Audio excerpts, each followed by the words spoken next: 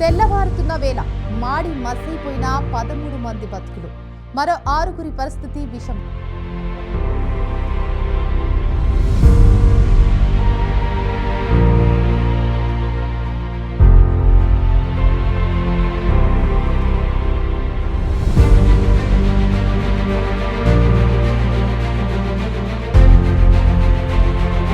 తెల్లవారుతున్న వేళ మాడి మసైపోయిన 13 మంది బతుకులు, మరో 6గురి పరిస్థితి విషమం. తెల్లవారుతున్న వేళ చీకట్లు క్రమంగా తొలగి కొత్త రోజు మొదలవ్వాల్సిన సమయం.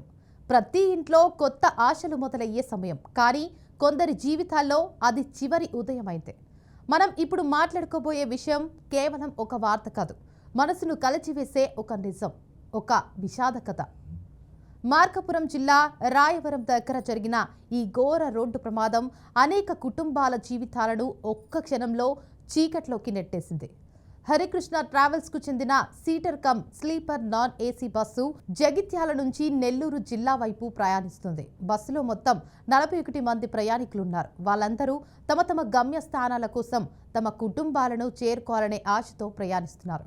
కొందరు ఉద్యోగాలకు వెళ్తున్నారు, మరికొందరు తమ పిల్లలను చూడటానికి వెళ్తున్నారు. ఇంకొందరు జీవితంలో కొత్త ఆరంభాల కోసం ప్రయాణిస్తున్నారు. కానీ ఆ ప్రయాణం వారి జీవితాల్లో చివరి ప్రయాణంగా మారిపోతుందని ఎవ్వరూ ఊహించలేదు. ప్రయాణం సాధారణంగానే సాగుతోంది. రాత్రి నిద్రలో ఉన్న వాళ్ళు కొందరు ఫోన్లలో మాట్లాడుకుంటున్న వాళ్ళు, ఇంకొందరు కిటికీ బయట చూస్తూ ఆలోచనల్లో మునిగిపోయిన వాళ్ళు. అంతా సాధారణంగా ఉన్న క్షణాల్లోనే ఒక్కసారిగా ప్రమాదం చోటు చేసుకుంది.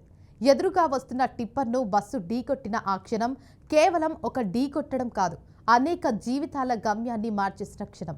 ఆ ఢీకొట్టడం వల్ల టిప్పర్లోని డీజిల్ ట్యాంకు పేలిపోవడంతో మంటలు ఒక్కసారిగా చెలరేగాయి. కొన్ని సెకండ్లలోనే ఆ మంటలు బస్సును పూర్తిగా చుట్టుముట్టాయి. బయటపడేందుకు ప్రయత్నించిన ప్రయాణికులు అద్దాలు పగలగొట్టేలోపే దట్టమైన పొగ ఊపిరి ఆడనీయలేదు.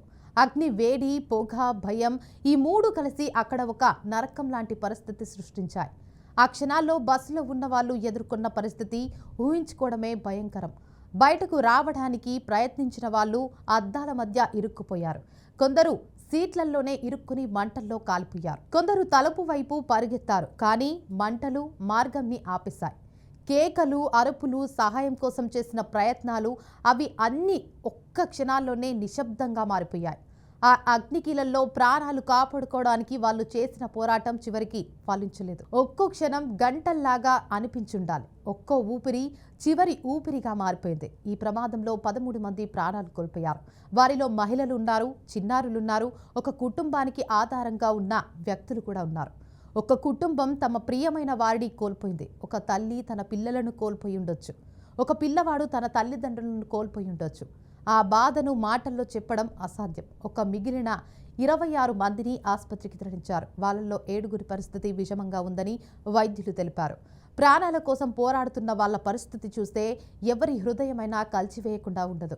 ఆసుపత్రిలో కనిపిస్తున్న దృశ్యాలు మరింత హృదయ విదారకంగా ఉన్నాయి. గాయపడిన వారు నొప్పితో విలవిల్లాడుతున్నారు. తమ కుటుంబ సభ్యుల కోసం ఏడుస్తున్నారు. కొందరు తమకు ఏమైంది అన్నదే అర్థం కాక షాక్లో ఉన్నారు. ఒక వ్యక్తి తన తల్లి తన ముందే మంటల్లో కాలిపోయిందని విలపిస్తున్నాడు. అతని అరుపులు అక్కడ ఉన్న ప్రతి ఒక్కరి గుండెల్ని పగలగొడుతున్నాయి. మరికొందరు తమ బంధువుల కోసం ఆసుపత్రి గదుల బయట ఆత్రంగా ఎదురుచూస్తున్నారు. డాక్టర్లు ప్రాణాలను కాపాడేందుకు శక్తి వంచన లేకుండా ప్రయత్నిస్తున్నారు. ఇక ఈ ఘటనపై రాష్ట్రంలోని నాయకులు, అధికారులు తీవ్ర దిగ్భ్రాంతి వ్యక్తం చేశారు. బాధిత కుటుంబాలకు సానుభూతి తెలిపారు. గాయపడిన వారికి మెరుగైన వైద్యం అందించాలని ఆదేశించారు. ప్రమాదానికి గల కారణాలను పూర్తిగా తెలుసుకోవాలని అధికారులను ఆదేశిస్తున్నారు. కానీ ఇక్కడ మనం ఆలోచించాల్సిన విషయం ఏమిటంటే, ఇలాంటి ప్రమాదాలు మళ్లీ మళ్లీ ఎందుకు జరుగుతున్నాయి? ప్రతిసారి ఇలాంటి ఘటనలు జరిగిన తర్వాత విచారం వ్యక్తం చేయడం మాత్రమే సరిపోతుందా? లేక అసలు కారణాలను గుర్తించి ముందస్తు చర్యలు తీసుకోవాలా?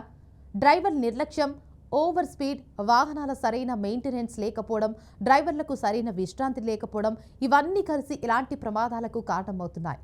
రాత్రి ప్రయాణాల్లో అలసటతో డ్రైవింగ్ చేయడం చాలా ప్రమాదకరం. కానీ చాలా ట్రావెల్ సంస్థలు ఈ విషయాన్ని పట్టించుకోవడం లేదు. సమయానికి చేరుకోవాలనే ఒత్తిడి, ఎక్కువ ట్రిప్స్ చేయాలనే ఆశ ఇవి చివరికి ప్రాణాల మీద పడుతున్నాయి. మనము ప్రయాణికులుగా బాధ్యత తీసుకోవాలి. డ్రైవర్ వేగం ఎక్కువ పడితే హెచ్చరించాలి. సేఫ్టీ బెల్ట్స్ ఉంటే వాడాలి. రాత్రి ప్రయాణాల్లో అప్రమత్తంగా ఉండాలి. అనుమానాస్పదంగా డ్రైవింగ్ కనిపిస్తే వెంటనే స్పందించాలి. మన ప్రాణాలు మన చేతుల్లోనే ఉన్నాయని గుర్తుంచుకోవాలి.